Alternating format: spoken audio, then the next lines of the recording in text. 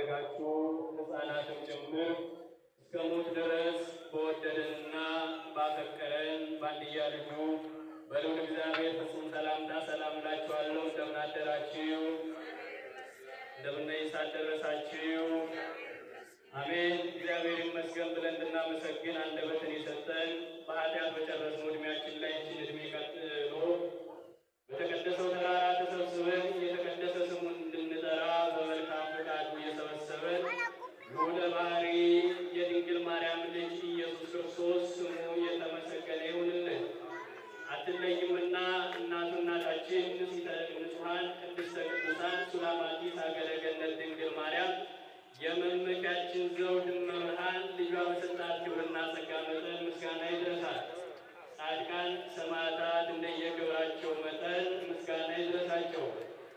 እሺ፣ መጀመሪያ እንደሰማችሁት መልእክትም እንደተላለፈው ፕሮግራማችንን ወደ ማገባደዱ ደረጃ ደርሰናል። አሁን ላይ የሚቀረን የተነበበውን ወንጌል የሰማነውን ያዳመጥነውን ወንጌል እንደ ኢትዮጵያ ኦርቶዶክስ ተዋሕዶ ቤተክርስቲያን አስተምሮ እንደ ሊቃውንት አባቶቻችን ትርጓሜ ሰምተን ወደ የቤታችን የምንሄድበት ሰዓት ላይ ደርሰናል። አጠር ላለ ደቂቃ ከተነጋገርን በኋላ አባታችን ዘንባባውን ይባርኩልናል። እዚህ ጋር የምትመለከቱት ዕጣኑንም ዘቢቡንም ይባርኩልናል። በዚህ በሰሞነ ሕማማት ሰው ቢሞት ጸሎተ ፍትሐቱ በሙሉ በዚህ ጋር ይደረግና ሰው ቢያርፍ ቢሞት በዚህ ይቀበራል ማለት ነው። እንድንማማርበት አድርጌ የመረጥኩት የትምህርታችን ርዕስ የሚሆነው ሆሳዕና በአርያም የሚል ይሆናል። የማቴዎስ ወንጌል ምዕራፍ 21 ቁጥር 17 የማቴዎስ ወንጌል ምዕራፍ 21 ቁጥር 1 ጀምራችሁ ስታነቡት ሙሉ ታሪኩን ታገኙታላችሁ። ይህንን ቃል ከኔ በመቀጠል ትሉትና አብረን አጠር ላለ ደቂቃ እንቆያለን ማለት ነው። ሆሳዕና በአርያም በሉ። ሆሳዕና በአርያም በሉ። ሆሳዕና በአርያም፣ ሆሳዕና በአርያም፣ ሆሳዕና በአርያም፣ ሆሳዕና በአርያም። ይህንን ቃል የተናገሩት የኢየሩሳሌም ሕፃናት ናቸው። ቃሉ የተነገረው ለጌታችን ለመድኃኒታችን ለኢየሱስ ክርስቶስ ነው። በዛሬው ዕለት ዕለቱን አስበን የምንውለው ጌታችን መድኃኒታችን ኢየሱስ ክርስቶስ ወደ ኢየሩሳሌም ተራራ በአህያና በውርንጫይቱ ላይ ተቀምጦ የሄደበትን ቀን እያሰብን እንውላለን ማለት ነው። በቅድሚያ እንደነገርኳችሁ የማቴዎስ ወንጌል ምዕራፍ 21 ቁጥር 1 ላይ ጀምረን ስናነብ ጌታ ከኢያሪኮ ሲመጣ 2 ምዕራፍ ያህል ከተጓዘ በኋላ 2 ደቀ መዛሙርትን መረጠ። ወደ ቤተ ፋጌም በደረሰ ጊዜ ወደ ፊታችሁ ሂዱ፣ በዛ ውርንጫውና አህያ ታስሮ ታገኛላችሁ፣ ያንንም ይዛችሁ ኑ ብሎ አዘዛቸው። ከዚህም በኋላ እነሱም እንደታዘዙት እሺ ብለው ወደ ተባሉበት ቦታ ወደ ፊታችን ሂዱ ነው የተባሉት። ሄደው ውርንጭላውና አህያዋ ታስረው አገኟቸው። ለትርጓሜያችን እንዲያመችን ታሪኩን ልብ ብላችሁ ልታዳምጡ ይወዳሉ። አህያና ውርንጭላ ማለት የአህያ ልጅ ያልተጫነች ያልተገራች ማለት ነው። በዛ ታስረው ነበረ። ለምን ትወስዳላችሁ ቢሏችሁ ጌታው ይፈልጋቸዋል ብላችሁ ንገሩ ብሎ ነገራቸው። ከዚህ በኋላ እንደታዘዙትም ሄዱ። አህያውና ውርንጭላው ታስረው አገኙ። እንዳላቸውም ከድተው ሲወስዱ ለምን ትወስዳላችሁ ባላቸው ብለው በጠየቋቸው ጊዜ ጌታቸው ይፈልጋቸዋል ብለው መለሱ። ይህንን ሊቃውንቱ ሲተረጉሙ ጌታቸው ይፈልጋቸዋል ብለው ሲመልሱላቸው ዝም ብለው የተዋቸው አህዮቹ መጀመሪያም የተሰረቁ ስለነበሩ ነው። እዛ ቦታ አስሯቸው የነበረ ጌታቸው ያይደለ ሌባ አስሯቸው ስለነበረ ነው ብለው ይተረጉማሉ። ሌላውን ታሪኩን ነግሬ ከጨረስኳችሁ በኋላ እንተረጉማለን። ከዚህ በኋላ መጥተው አመጡልን ጌታችን መድኃኒታችን ኢየሱስ ክርስቶስም። ከዛም ባመጡለት ጊዜ ልብሳቸውን በአህያዎቹ ላይ ደለደሉለት። በአህያም ላይ ተቀምጦ ወደ ኢየሩሳሌም 6 ምዕራፍ ያህል ተጓዘ።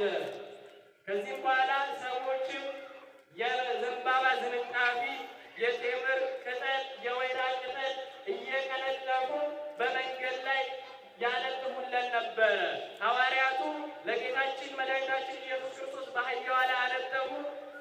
ምዕመናን ደግሞ በመንገድ ላይ ልብሳቸውንና ዘንባባውን ወይራውን እያነጠፉ ሆሳዕና በአርያም በእግዚአብሔር ስም የሚመጣ የተባረከ ነው እያሉ እያመሰገኑ በመንገድ ላይ አነጠፉለት። መጽሐፍ ቅዱስ እንደሚነግረን ከፊትም ያሉት ከኋላም ያሉት ከቀኝም ያሉት ከግራም ያሉት ሆሳዕና በአርያም በእግዚአብሔር ስም የሚመጣ የተባረከ ነው እያሉ እያመሰገኑ መንገዱን አነጥፈውለት ወደ ኢየሩሳሌም ገቡ። ከዚህም በኋላ ይህንን ባዩ ጊዜ አይሁዳውያን ለክፋት አያርጉምና እንዴት ዝም ትላለህ? ደቀ መዛሙርትህንም ከልክላቸው፣ ተው በላቸው። ሆሳዕና በአርያም ማለት የዳዊት ልጅ ኢየሱስ ክርስቶስ ማረን ማለት ነውና፣ አሁን አድን ማለት ነውና አንተ አምላክ አይደለህም ብለው ስለሚያስቡ ሎቱ ስብሐት ለምን ዝም ትላለህ አሉ። በመጽሐፍ የተጻፈውን ቃል አልሰማችሁምን አላቸው። ኢየሩሳሌም ሆይ ልጅሽ በአህያ ውርንጭላ ተቀምጦ ይመጣል፣ ጌታሽ በአህያ ውርንጭላ ላይ ተቀምጦ በክብር በምስጋና እያመሰገኑት ይመጣል ተብሎ የተጻፈውን ቃል አልሰማችሁምን አላቸው። ሕፃናቱ ሲያመሰግኑ ዝም በሉ እንጂ አታመስግኑ ብለው ባሏቸው ጊዜ ኢየሱስ እንዲህ አላቸው፣ እናንተ እነኝህን ሕፃናት እንዳያመሰግኑ ብትከለክሏቸው የቢታንያ ድንጋዮች አፍ አውጥተው እግር አውጥተው እየዘለሉ ያመሰግኑኛል ብሎ በዛሬ ቀን ሕፃናት ስላችሁ መናገር የሚችሉ አይደሉም። በ40 ቀን እንደ አይሁድ ስርዓት ወደ ቤተ መቅደስ ሕፃናት ይሄዱ ነበርና 40 ቀን የሆናቸው ሕፃናት እንኳን አፍ አውጥተው አመስግነውታል በዛሬ ቀን ማለት ነው። ከዚህ በኋላ ድውያንንም ፈወሳቸው። ወደ እሱ የመጡትን ጎባጣዎቹንም አቀናቸው። ቤተ መቅደሱንም እዛ ይሸጡ ይለውጡ የነበሩትንም አባረረ። መደብራቸውንም ገለበጠ ብሎ መጽሐፍ ይነግረናል ማለት ነው። ይህን ያህል ታሪኩን ከያዝን ከዚህ በኋላ መለስ አድርገን ትርጓሜውን አይተን ትምህርታችንን እንጠቀልላለን። እግዚአብሔር በትርጓሜው እንዲያግዘን እሱ መልካምና ቅዱስ ፈቃድ ይሁንልን። ርዕሴን አስታውሱኝ እስቲ። ሆሳዕና በአርያም በሉ። ሆሳዕና በአርያም። ሆሳዕና በአርያም። ሆሳዕና በአርያም ማለት በእግዚአብሔር ስም የሚመጣ የተባረከ ነው ማለት ነው። በመጀመሪያ ሲጀምርላችሁ ጌታ ኢየሱስ ክርስቶስ ሐዋርያቱን አዘዛ። 2 ሐዋርያት መረጠና አዘዛቸው። 2 ምዕራፍ በእግሩ ከተጓዘ በኋላ ይላል። 2 ምዕራፍ ማለት እንደ መጽሐፍ ትርጓሜ 1 ምዕራፍ ማለት በአይን ታይቶ የሰውን ጾታውንና እከሌ ነው እዛ ጋ የቆመው እከሌ ነው ተብሎ እስከሚለይበት ድረስ እሱ 1 ምዕራፍ ይባላል። ከዛም በኋላ ያለውም እንደዛው በሜትር በኪሎ ሜትር አይደለም መጽሐፍ የሚነግረን ማለት ነው። ስለዚህ 2 ምዕራፍ ከተጓዘ በኋላ ሐዋርያቱን 2 ሐዋርያትን መረጠና አዘዛቸው። እንዲህ አላቸው፣ ወደፊታችሁ ሂዱና አህያና ውርንጭላ ታስራ ታገኛላችሁ አላቸው። ይህን እዚህ ጋር የምናየው የሐዋርያቱን የመታዘዝን እሺ የማለትን የመታዘዝን ታላቅ ክብር የሚገኝበት እንደሆነ እናያለን። ትእዛዙ ምን ያህል እንደሆነ እዩ። ወደፊታችሁ ነው የተባሉ ቦታ አልተነገራቸውም። ይህን ያህል ቦታ ሂዱና አላላቸው። እንደዚህ የሚባል ከተማ ሂዱ አላላቸው። እንደዚህ አይነት ሰፈር ሂዱ አላላቸው። ያላቸው ምንድን ነው? ወደፊታችሁ ሂዱ ነው ያላቸው። ወደፊታችሁ ሂዱና የታሰረ አህያና ውርንጭላ ታገኛላችሁ አላቸው። ወገኖቼ የዛን ጊዜ ሐዋርያት ክርስቶስን ታዘውታል። የሐዋርያት ደቀ መዛሙርትም ሐዋርያትን ታዘዋቸዋል። እግዚአብሔር አምላክ ኢየሱስ ክርስቶስ ልጁን ወደ ምድር ከላከ በኋላ ኢየሱስ ክርስቶስ ሁሉን ነገር ፈጽሞ ከሄደ በኋላ ስልጣኑን በሙሉ ለካህናት አባቶቻችን ሰጥቶ ሄዷል። ዛሬ እሺ እንላለን ወይ? እኛ እሺ ብለን እንታዘዛለን ወይ? ልንታዘዝ እንችላለን። ግን መርጠን ነው የምንታዘዘው። ቦታ መርጠን፣ ጊዜ መርጠን፣ የምንታዘዘውን ትእዛዙን መርጠን ነው የምንታዘዘው። ግን ይህ ክብር አያስገኝም። በምንም አይነት ቦታ ብንሆን፣ በምንም አይነት ነገር ውስጥ ብንሆን ካህናት አባቶቻችን የእግዚአብሔር እንደራሴዎች ናቸውና ያዘዙንን ልንሰማና እሺ ልንል ያስፈልጋል። ሐዋርያቱም ሄዱ። 2 አህዮች፣ አንደኛዋ እንደነገርኳችሁ ያልተጫነች የአህያ ግልገል፣ አንደኛዋ ደግሞ እናትየዋ። ይህንን ሲተረጉሙ አህያ ማለት የአህያ ትርጓሜ የሰው ልጅ ወይም የአዳም ልጅ በዚህ በመጽሐፍ ቅዱስ ላይ ክፍል ላይ በአህያዎቹ ተመስሎ ተነግሯል።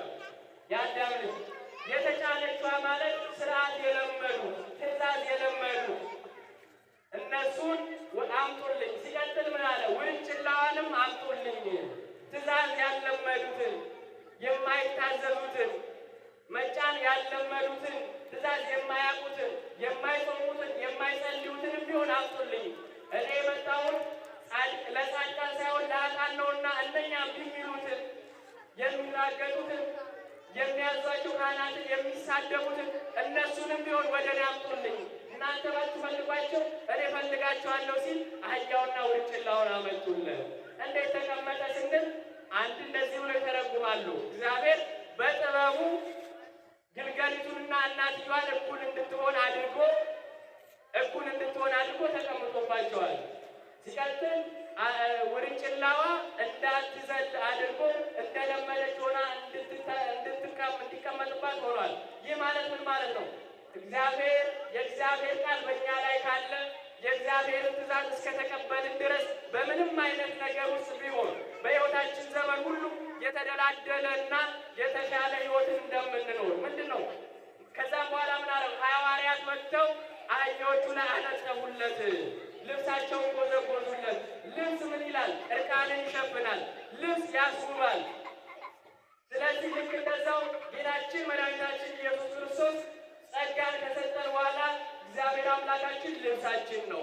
በደላችንን የሚሸፍንልን ልብሳችን ነው። በደልን የምትሸፍን አንተ በደልን ባትሸፍን ኃጢአትን ባትሸፍን በፊት የሚቆም ሰው የለም ብለው ሲሉ ልብሳቸውን አነጠፉለት። ዛሬ በደላችን በግንባራችን ላይ ቢጻፍ ቆሞ የሚያስተምርም የለም፣ ቁጭ ብሎ የሚማርም አይኖርም ነበር። በደላችንን የሸፈነልን በሰው ፊት እንድንዋረድ ያላደረገን አምላክ ስሙ የተመሰገነ ይሁንልን። አሜን። ስሙ የተመሰገነ ይሁንልን። አሜን። ከዚህም በኋላ አነጠፉለት። ሆሳዕና በአርያም እያሉ እያመሰገኑ ወደ ኢየሩሳሌም ሄዱ። የዛን ጊዜ 3 አትክልትን ህዝቡ ምዕመናን ማለት ነው በመንገድ ላይ እየቀነጠፉ አነጠፉለት ይላል። እነዚህ 3 ነገሮች ልብ ብላችሁ ስሙ። የመጀመሪያው ዘንባባ ነው። ሁለተኛው የቴምር ቅጠል ነው። ሶስተኛው ደግሞ የወይራ ቅጠል ነው። እነዚህ 3ቱን ምዕመናን እየቀነጠፉ አነጠፉለት። እነዚህ 3 ነገሮች ራሳቸውን የቻለ ትርጓሜ ያላቸው። የመጀመሪያው ዘንባባ ነው። ዘንባባ ውበት አለው፣ ያምራል። ውበታችን አንተ ነህ። ያላንተ ልናምር አንችልም፣ ያላንተ ልናጌጥ አንችልም። በስምህ በሕያው ልጅ በኢየሱስ ክርስቶስ ነው ልናጌጥ የምንችለው ሲሉ ዘንባባን አነጠፉለት። ዘንባባ እንደምታውቁት ጫፉ ላይ እሾህ አለው። ጠላትን የምንወጋበት፣ ጠላት ዲያብሎስን ድል የምንነሳበት ኃይልን የምትሰጠን አንተ ነህ ሲሉ እሾህ ያለው ዘንባባን አነጠፉለት ይላል።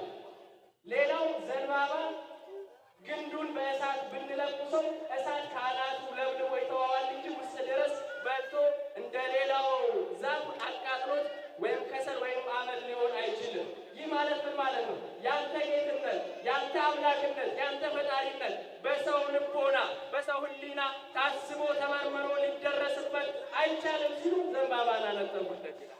ዘንባባን አነጠፉለት። ከዚህም በኋላ ሌላው ምንድን ነው? ወይራ አነጠፉለት። ወይራን እየቀነጠፉ አነጠፉለት።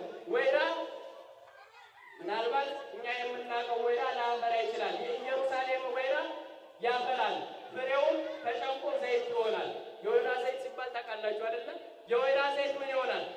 ክህነትን ይሰጥበታል። ክህነት ተቀብቶ በእሱ ተቀብቶ ክህነት ይሰጥበታል። ክህነታችን ሹመታችን አንተ ነህ፣ መንግስታችንን የምታጸናው አንተ ነህ፣ ኃይል ጉልበት የምትሆነን አንተ ነህ ሲሉ ምን አለጉለት?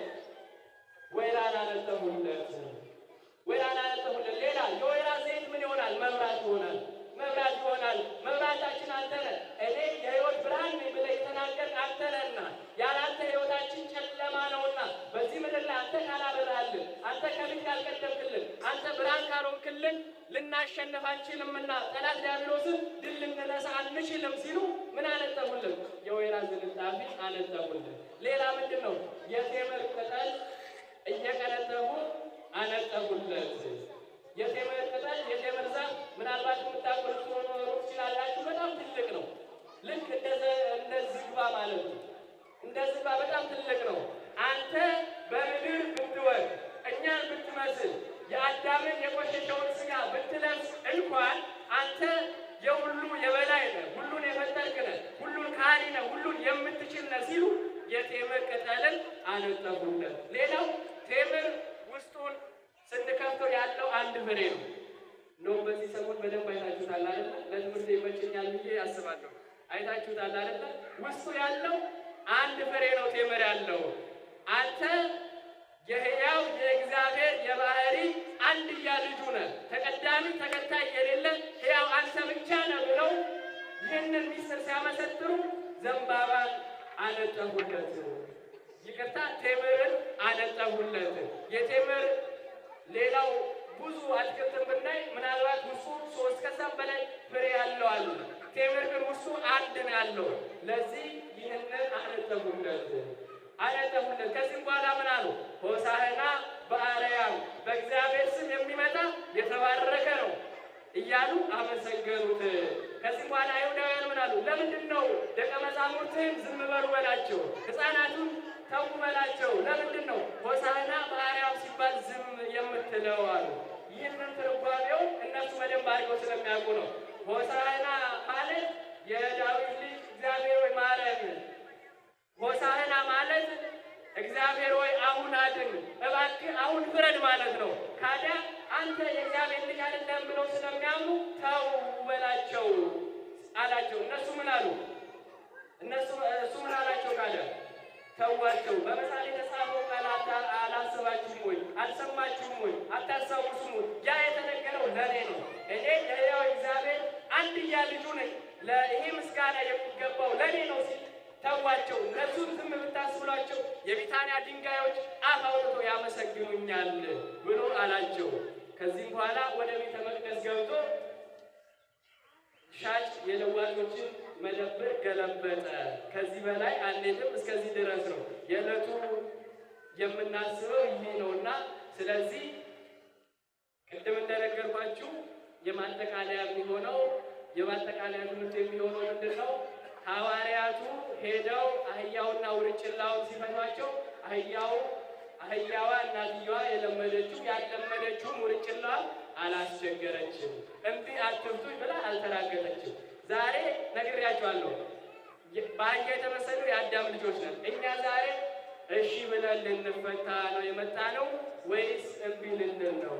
ይህንን ለራሳችን ልናስብ ያስፈልጋል። ዛሬ ሆሳዕና ሌላ ስሙ ምንድን ነው? ይፍቱኝ አይደለም የሚባለው? የይፍቱኝ ቀን አይደለም? አህያዎቹ እሺ ብለው ተፈተው እኛ ሳንፈታ እንዳንሄድ እግዚአብሔር በቸርነቱ ይርዳን፣ በቸርነቱ ይርዳን። አሜን። ተፈተን ካህናት አባቶቻችንን እሺ ብለን፣ ካህናት አባቶቻችን የሚያዙን የእግዚአብሔር ቃል ነው የሚናገሩ፣ በእነሱ ላይ የሚናገረው እግዚአብሔር ነው። ስለዚህ እሺ ብለን ልንፈታ ያስፈልጋል። እግዚአብሔር አምላክ ጌታችን ኢየሱስ ክርስቶስ በአህያ ላይ የተቀመጠው ውዳቂ የመጨረሻ ለስድብ እንኳን የምንጠቀማትን አህያን የተጠቀመው ምን ውዳቂ ብትሆኑ፣ ምን ኃጢአትን ብትሰሩ፣ ምን በደልን ብትሰሩ እኔ እፈልጋችኋለሁ፣ የእኔ ቃል ማደሪያ ትሆኑ ዘንድ እፈልጋችኋለሁ ሲሉ፣ ለእሱማ ዳመናን ጠቅሶ መሄድ ይችላል። ሱራፌል ኪሩቤል መንበሩን የሚሸከሙለት ለእሱ የሚሳነው ነገር የለም። ስለዚህ እኛን ሳይንቀን የወደድነውን የመረጠን አምላክ እኛም እሺ ብለን እንድንፈታ እግዚአብሔር አምላካችን በቸርነቱ ይርዳን። ያስተማረን የመከረን የገሰጸን የቃሉ ባለቤት መድኃኔዓለም ክርስቶስ ስሙ የተመሰገነ ይሁንልን። ሆሳዕና በአርያም